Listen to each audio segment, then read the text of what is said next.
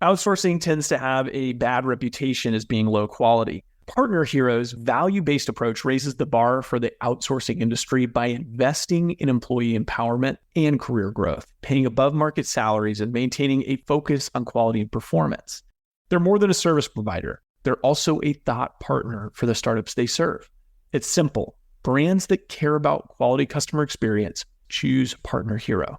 They offer flexible terms and the ability to scale quickly, perfect for startups, with quality assurance baked into every program and offices around the world. So Partner Hero can provide truly global coverage.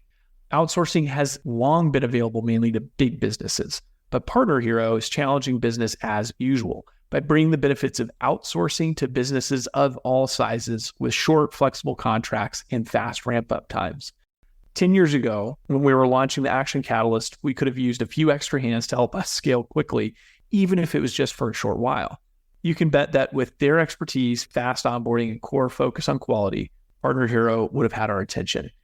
If you're ready to bring in outside customer support help for your startup that feels like it's a part of an existing team, check out Partner Hero. Head over to partnerhero.com/Action Catalyst to book a free consultation with our solutions team. Mention you heard about Partner Hero from the Action Catalyst, and they'll even waive the setup fee. Now, on to the show. Southwestern Family of Companies welcomes you to the Action Catalyst. Each week, our diversely and amazingly accomplished guests share their insights and inspirations to help us ignite our own. So let's invest attention together to breathe, to reflect and refocus, and decisively defeat that voice we call Mr. Mediocrity. Then let's enjoy moving forward to make a positive difference in our world. Are you interested in advertising with the Action Catalyst? Our listeners could be hearing about your brand right here, right now. For details, shoot us an email at info@theactioncatalyst.com. Well, welcome to the Action Catalyst. This is Dan Moore, and we have been so privileged in the course of this episodes over the years to talk to people from all over the earth. And now today we're going to have a chance to talk to somebody who was not on this earth. In fact, she spent 30 days in total in orbit. This is Dr. Rhea Seddon, our guest today. She is a woman of many firsts. She was one of only 6 people in her medical school class of 100 people. She was the first person accepted to the surgery residency program in the university and one of the first 6 women accepted into the Astronaut Corps back in 1978. Another first, she married another astronaut, Captain Hoot Gibson, and they became the first 2 active astronauts to wed and together produced the first astrotots. I love that term, children born to 2 astronauts. I just think it's great. Her career has led her from Murfreesboro, Tennessee, to California, to serving as a physician, to then becoming an astronaut. And now she has been an executive, an entrepreneur, author, president of a large women's charity group, and now also a professional speaker. She served for 19 years in NASA, spending 30 days in space aboard 3 separate space shuttle missions, which is absolutely phenomenal. After leaving NASA, Dr. Seddon was appointed as Assistant Chief Medical Officer at Vanderbilt University Medical Group here in Nashville, where she focused on systems around teamwork. And teamwork, of course, is essential to anything that we're going to accomplish. And being able to share her perspectives on that was absolutely invaluable to that team. She's a founding partner of LifeWings Partners, which also teaches these concepts to other healthcare institutions. So many honors and awards. Member of the Aviation Hall of Fame here in Tennessee, the Tennessee Women's Hall of Fame, and her recognition by being the 8th woman inducted into the Astronaut Hall of Fame in 2015 because of her many achievements. She also published her autobiography that year, which I happen to have a copy, called Go for Orbit. And the exciting thing about this, it's not only a thrilling story of her career and the lessons learned there, but she was awarded the Independent Book Publishers Association Ben Franklin Gold Award for the best autobiography and memoir. So her many different life experiences have made her an amazing, amazing guest for us. And I feel deeply privileged, having grown up in a science town myself and having such admiration for what's happened for over the years in space exploration. Dr. Rhea Seddon, welcome to the Action Catalyst. Thanks so much, Dan. It's delightful to be with you. Well, this is really going to be a lot of fun for us today. You are, it's almost impossible to describe. We could say the pinnacle, but you've been above the pinnacle because you've been above the earth of achievement and so many amazing things. Would you mind kind of going back a little bit and share some of those main pivots, including influences? I know you had a teacher that helped inspire you to go to Berkeley. there was something floating overhead when you were 10 years old that really got your attention. Right. Meeting Dr. Greer, all these different things that helped lead you to where you are. Could you expand on some of that for us? Well, I think that I've had many pivot points in my life. Things changed, the world changed, and I saw something that was fascinating and decided to pursue it. I mean, growing up in a small town, and my father takes me out in the backyard and says, "Look at the little light blinking across the sky," and it's Sputnik. And he tells me that I, that night, am beginning to see a new era emerge. And for a 10-year-old, that was awesome. But beyond that, when I asked him if he thought I might be able to go to space one day, he said, "I bet you could, baby." So for me, it was not only a memorable event, but it was an encouragement. It was a dream that I could perhaps pursue. And so I did. But it wasn't a very realistic dream. So I had to do other things. And to me, the fascination with how the body works, having good physician mentors, led me in the direction of medical school and surgery, which was, both of those were very unusual for women. But that was where I thought I would end up going. But I thought, well, maybe someday NASA will take people who are scientists for a space station. And I had the science background. In the meantime, I took flying lessons and got my private pilot's license. Maybe that was something that was going to be helpful, but ended up at NASA, made 3 shuttle flights, met my husband, had our babies, and then had to move on to other things when our program began to require that you go to Russia for 2 years to fly on the Russian space station Mir. And I had 3 children at home, and that didn't work for me. So it was time to move on. So it was another pivot point, and I came back to healthcare at Vanderbilt, then used what I learned at Vanderbilt to help other hospitals. Then another major pivot when I decided that it was time for me to devote time to capture the story of my life at NASA. It was a very unique time. And then decided that I really wanted to give back to my own community, and ended up being the president of a ladies' charitable group that my grandmother founded in 1910. So it's all come full circle for me, but it's been a fascinating career and many, many lessons learned.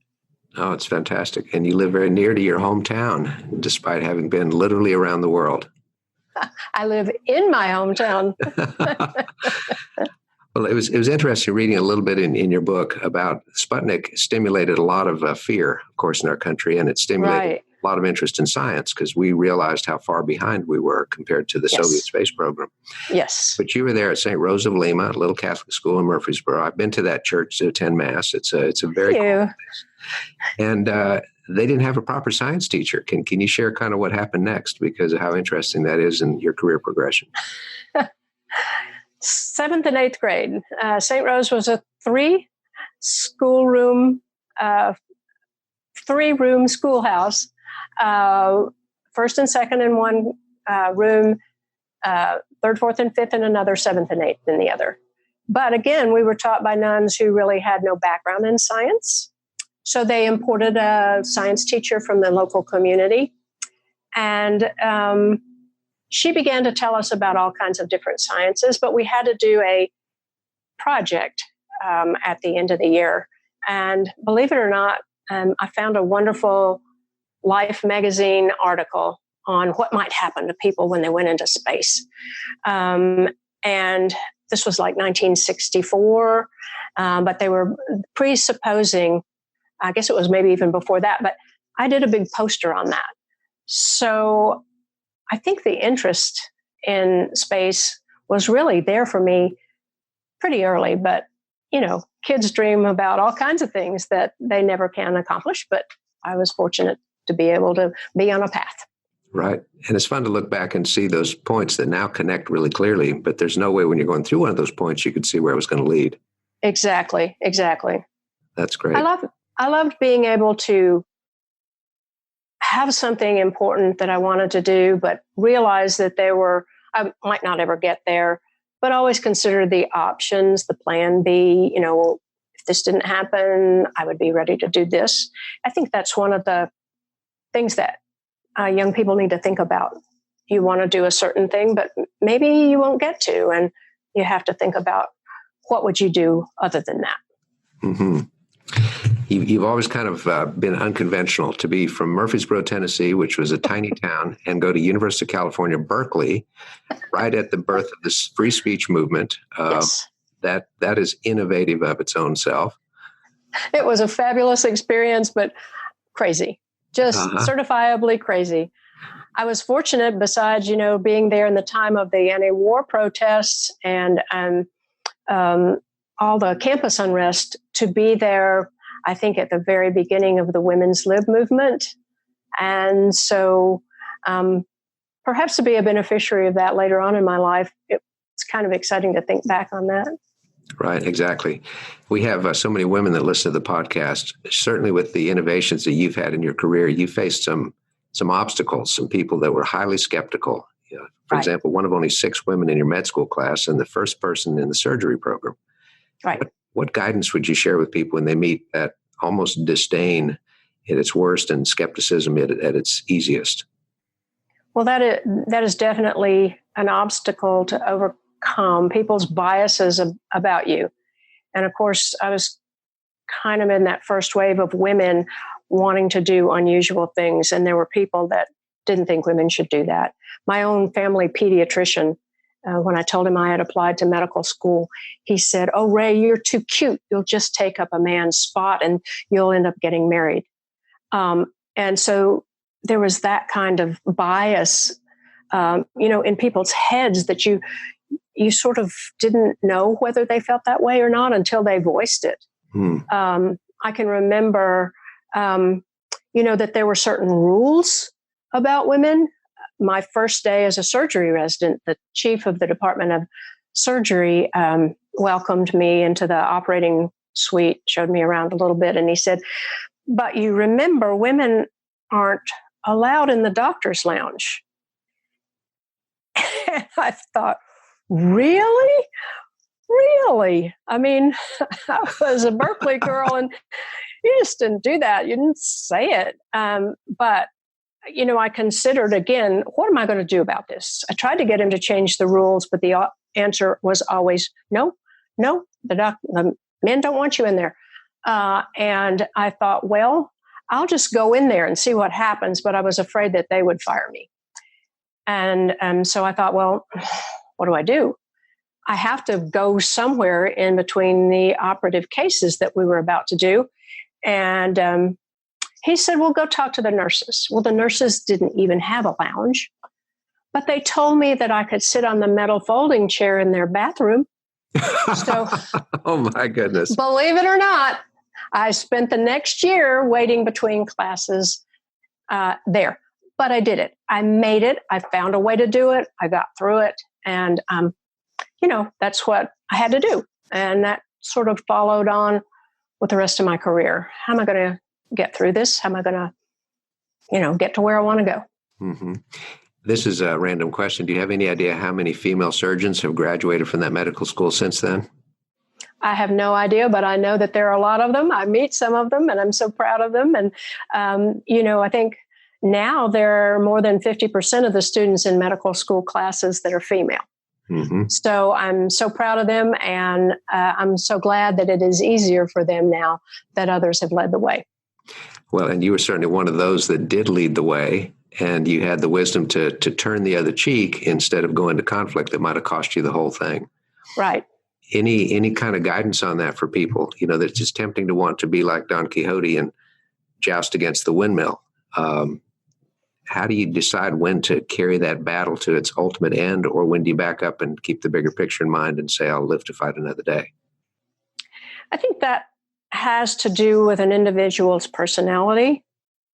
I was, a Southern girl. I was brought up to be polite, and I just wasn't an aggressive, out in your face, carrying the banner at Berkeley. I just tried to figure out a calmer way to get to where I needed to go, even if, I didn't particularly like it. I think it's fine for women to really protest things that they feel are unfair. It often results in good change, but it's just not my personal approach to things, never has been. Mm-hmm. But it must have been a little bit satisfying to be hundreds of miles above the surface of the earth and realize you were going over a doctor's lounge that probably now had women in it. That's a good way to put it. and to finally be in space, where very few women had been before me. But yes, many thoughts while I was up there. Well, very true. What were some of the attitudes that you had to face as being one of the first women in the Astronaut Corps? There weren't many at that time. Of course, there's more now, which is wonderful. Right. I think that there was a lot of skepticism. I think there were a lot of people who didn't think women belonged there. It had always been a man's world. They didn't think women would do well. It had all been men, and they had all been macho guys, test pilots. And here we were. I can remember the first all astronaut meeting that I went to, and all of the new people were sitting there, quietly in the back of the room, not to attract any attention really. But I can imagine the older guys looking out there and seeing Black faces, Asian faces, women. I can imagine them looking at me and wondering if I was old enough to drink. I looked pretty young at the time. So I think they had to go through a little bit of an evolution there. We had to prove ourselves. And I think that's one of the things that women always have to do when they're new at something or people are not sure whether they're going to be successful. You have to do a good job. And sought to do that. There were a number of things that were very difficult for me along the way, particularly because I was the smallest astronaut they ever had. And I met the height requirements by 4 inches, but I don't think they had ever considered some of the equipment that wasn't going to work for me. One of the big hurdles I had to overcome was that we had to do scuba training. And I wasn't terribly comfortable in the water. You had to do scuba because if you're going to do a spacewalk, you had to be able to train in a big water tank. And if your helmet flooded, you had to be able to take a safety diver's scuba mouthpiece. So you had to be comfortable with practice drowning or whatever. And I had a very, very difficult time with the scuba training. You had to tread water for 20 minutes. You had to swim the length of the pool underwater and back, without taking a breath. You had to pick up a brick at the bottom of the pool and bring it back up to the top. All of that was really hard for me. And this was like 6 weeks into our NASA training. And I knew if I couldn't do that, I was going to wash out. So I would have had a very short tenure as a new astronaut. And so I just went home and cried because I was not going to make it. And then I decided it was not a physical impossibility. There was no reason why I couldn't do that, but I was going to have to practice to do it, which I did. Went to the pool every day, practiced and practiced and practiced till I could finally do it. And I think it was one of the most interesting happenings of my life because it taught me that if I persevered, if I kept trying, I would probably be able to do a lot of the things I didn't yet think I could do. And that gave me quite a bit of confidence going forward that I could achieve whatever I needed to. That is a phenomenal story. So the first thing he did was he had to, first of all, absorb the blow and cry a little bit and realize the consequences of failure. But then to say, yes, wait a minute, is this possible? And once you decide it's possible, then you work it. Right. You finally strive and succeed. Absolutely. Nicely put. Oh, it's inspiring to just even hear about it. Thank you. When we review the bullet points in your bio, Ray, you have just gone from strength to strength, success to success. But I'm sure you've also hit some brick walls along the way, things that you just weren't sure how to get around. You just described one of them, getting a brick off the bottom of the pool. Right. Have there been some other things that you just felt like were showstoppers, and how you ultimately got yourself past them? That's always inspiring to our listeners. For me to have to consider whether I wanted to continue to be an astronaut, because I didn't want my family to do without me if I got sent to Russia. That was just something that, again, if I wasn't willing to do that, I couldn't be an astronaut. So it was time for me to decide what's next. And of course, that's when I went back to Vanderbilt. I've had some difficulty along the way in my career with a bully. And I didn't even know at the time that the man was a bully, but he made my job very difficult. I won't say in which one of those professions, but eventually it became clear that I was going to need to leave that job. And again, I had to think for a while and consider, what is it that I want to do? What haven't I done? But it meant a career change in a lot of ways for me.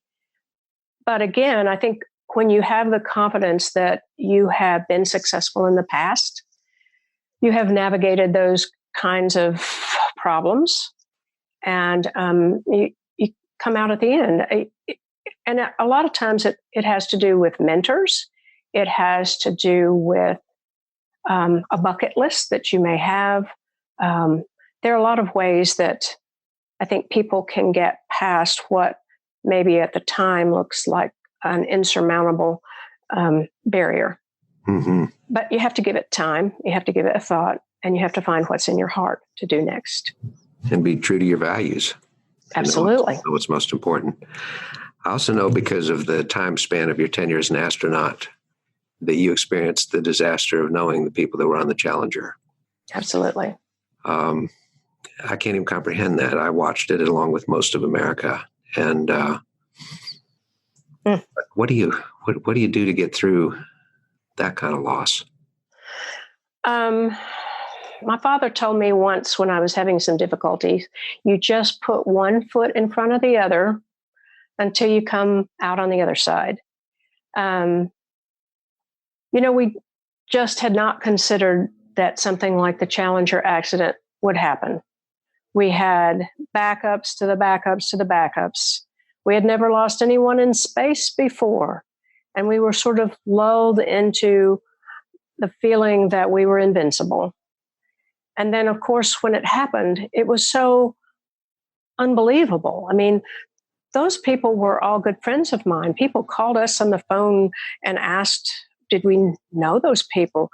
Goodness gracious, yes. Dear friends, our children were being raised together. And I think that once we got over the sort of personal tragedy, we all wondered if we had a job, whether NASA was going to continue, whether, we had a future. So it was not only that, it was, it was our careers, not just the death of wonderful friends, but, we were all workaholics and there was a lot of work to do. And so we worked. And we worked on various and sundry parts of the recovery from the Challenger accident. My husband was gone most of the time, which was difficult, had a baby at home. But he helped redesign the booster rockets that had failed on Challenger.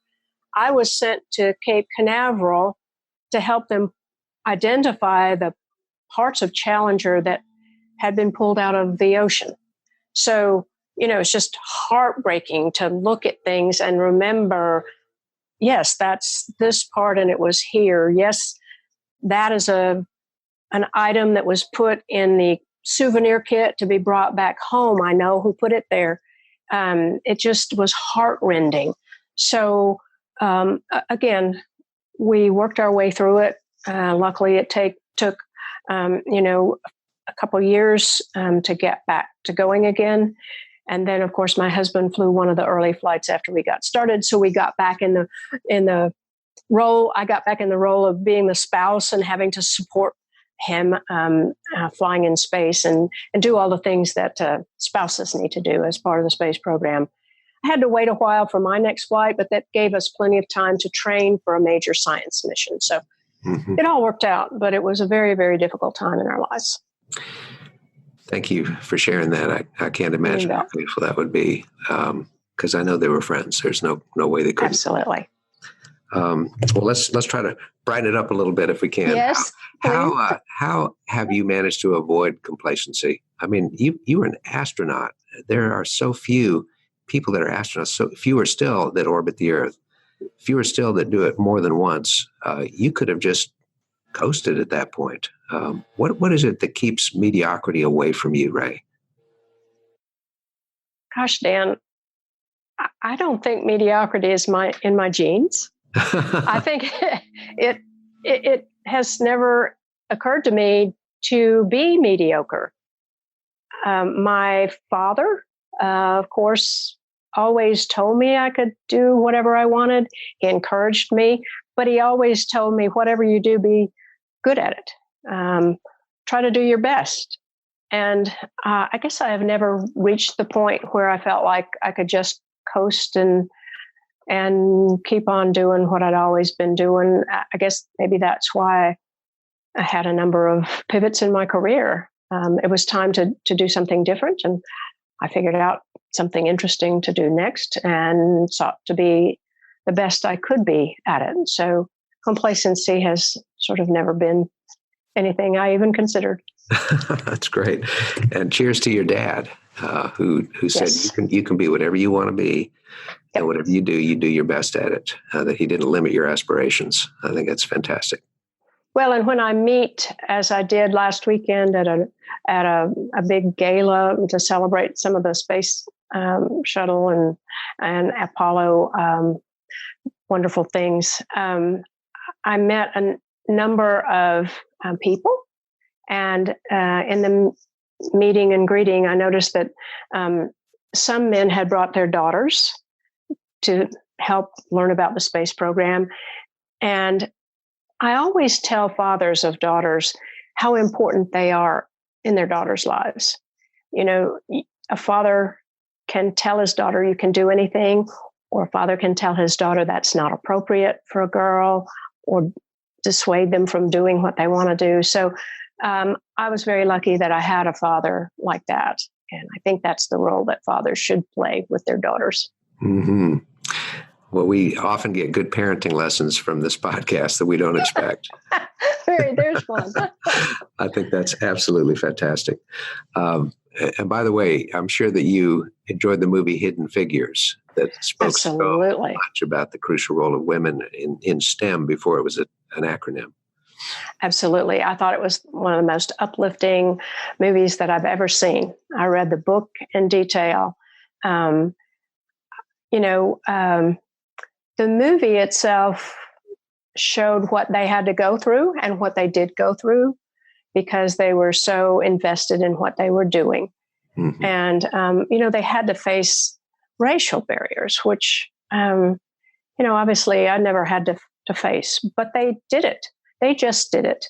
And so proud of what they did and so proud that they got the recognition that they have received. It was a little known story until that book and the movie came out. Mm-hmm. I loved in the movie where John Glenn made it a point to go and shake their hands and tell people how much he relied upon them. I knew John Glenn.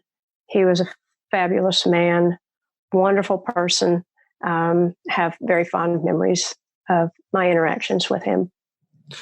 That is just fantastic. Yeah, that film, in some ways, it was just like saying you can't come to the doctor's lounge. Exactly. Exactly. And what do you do? For different bases. Yeah. For them, it was, if you want to go to the bathroom, you got to go 3 buildings over. And to be discounted that, they didn't know what they were doing.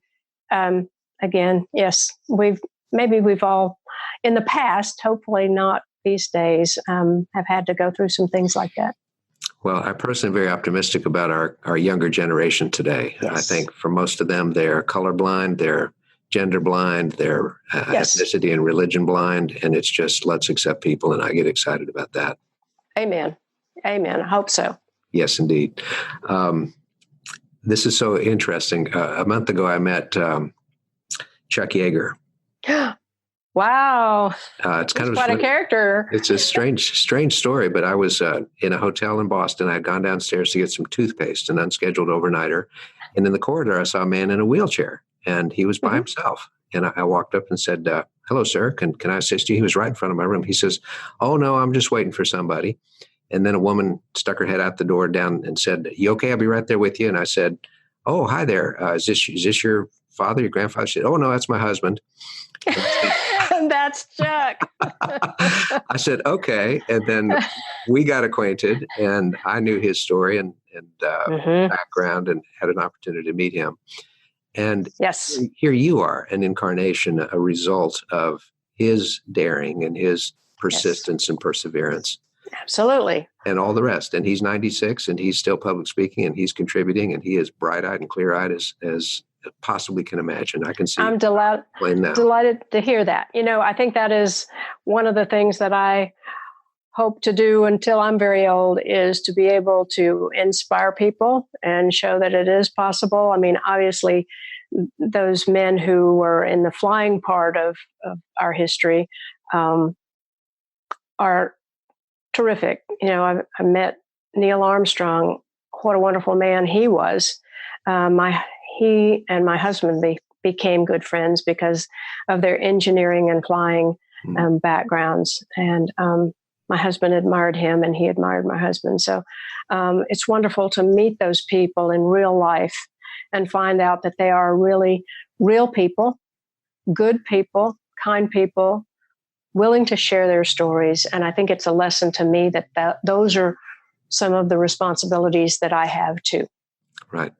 Well, Rhea, I can tell after chatting with you, you may eventually age, but you will never be old. That's a nice way to put it. That would be good. Can you wrap us up and bring us home with, I guess, your words for advice for somebody that's discouraged? They've been on a path and they've just hit a complete dead end, and they don't have the ability to turn it around. They don't have the resources. They're really frustrated. What would you say to somebody who is just so discouraged? I think it really helps to have other people lift you up who can remind you that everyone has a contribution to make in this world, that you have your own particular talents that other people can use, so that the people can focus a little bit more on something other than their problems at the time. I think churches do that. I think mentors do that. I think counselors do that. Sometimes you can't walk that path all by yourself, and you have to find people that will help you get through it.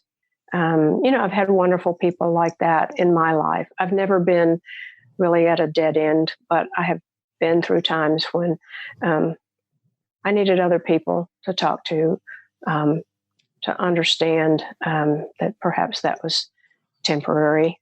They say if you're going through hell, keep going.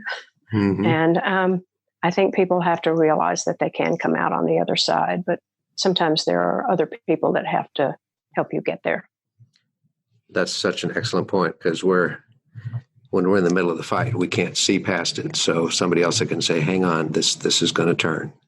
Exactly. Work. That's fantastic. Wow. Ray, thank you.